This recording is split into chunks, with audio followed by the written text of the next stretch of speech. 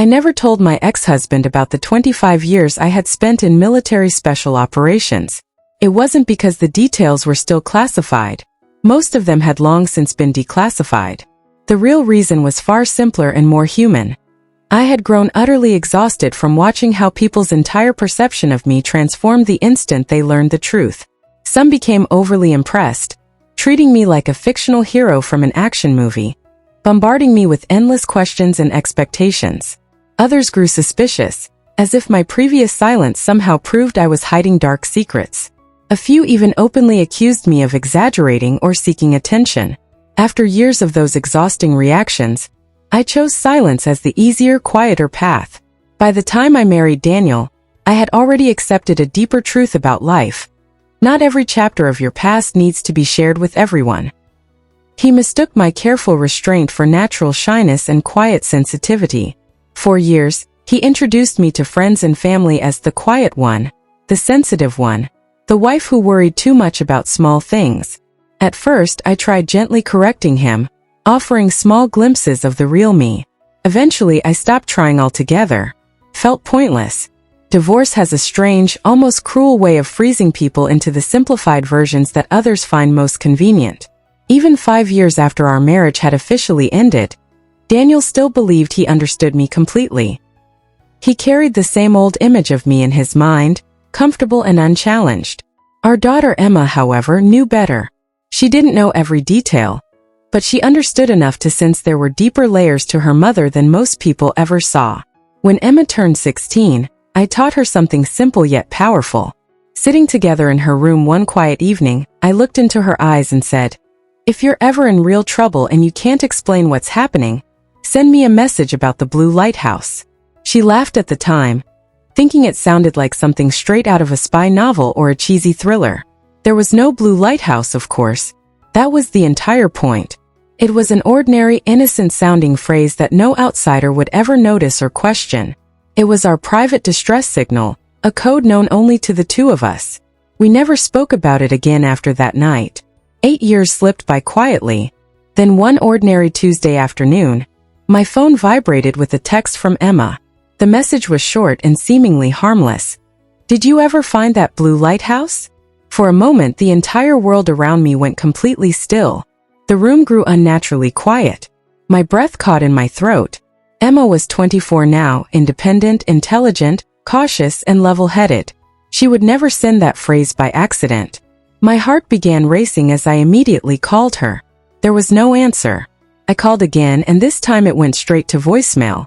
A cold, heavy knot formed deep in my stomach, tightening with every passing second. Just a minute later, another text arrived. "Sorry, busy right now." The wording felt completely wrong, too formal, too controlled, nothing like my daughter's usual casual style.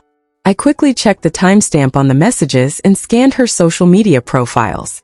On the surface, everything appeared normal. Most people would have brushed it off, told themselves they were overthinking, and simply waited. But I didn't. I couldn't. I called Daniel. He picked up on the third ring. "What's going on?" I asked, trying to keep my voice steady. "Emma sent the code." There was a brief pause on the other end. "What code?" he asked, clearly confused. I explained everything as calmly as I could. His reaction was instant and exactly what I had expected. "Laura, you're overreacting," he said with clear irritation. "You think she's in danger because of some silly phrase from when she was 16? I think she sent it for a reason," I replied quietly. "Laura, she's probably just busy. You're blowing this way out of proportion again." There it was once more. That familiar dismissive tone that had defined so many moments in our marriage. The one that always made me feel like I was too much, too dramatic, too cautious. I almost argued with him, but I glanced at the clock and saw that 12 precious minutes had already slipped away. "I'll call you back," I said, and hung up. I refused to panic. Instead, I started making calls, focused, precise, and professional. These were the kind of calls that began with careful verification and quickly narrowed down possibilities. Within minutes, I confirmed that Emma's phone was still active, but several small details about her reported location did not line up with where she was supposed to be. They were not dramatic clues, just enough quiet inconsistencies to tell me my instincts were right. I reached out to a former colleague who now worked with a federal investigative unit. He listened carefully for less than 30 seconds before asking sharp, relevant questions that most people would never even think to ask. The conversation lasted only 3 minutes. At the end, he simply said, "Stay available." Then the hardest part began, the waiting. Waiting is always far harder than action. Experience does not remove fear. It only teaches you how to keep functioning while that fear sits heavy in your chest like a stone. Daniel called twice and then a third time. When I finally answered, frustration was pouring through his voice.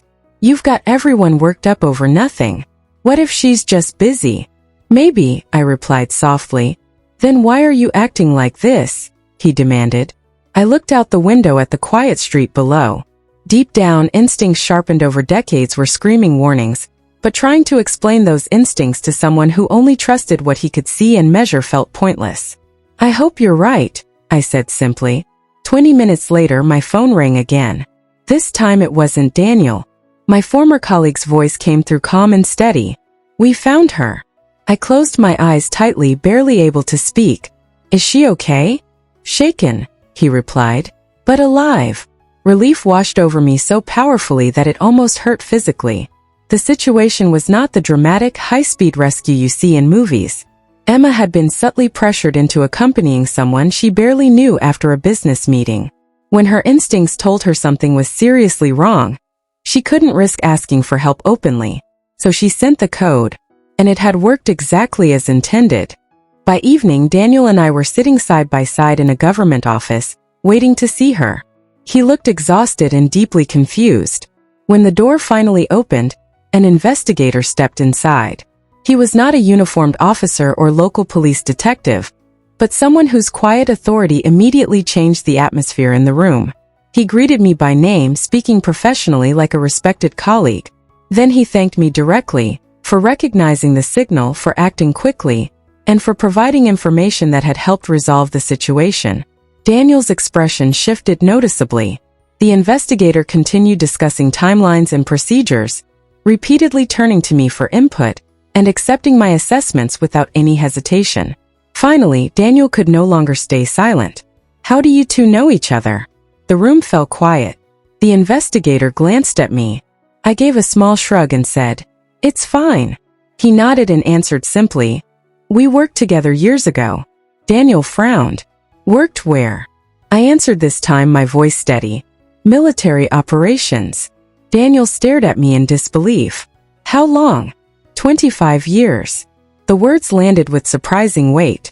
I watched him struggling to reconcile this new information with the woman he thought he had known so well, the quiet wife, the overly cautious mother, the person he had spent years gently dismissing during arguments.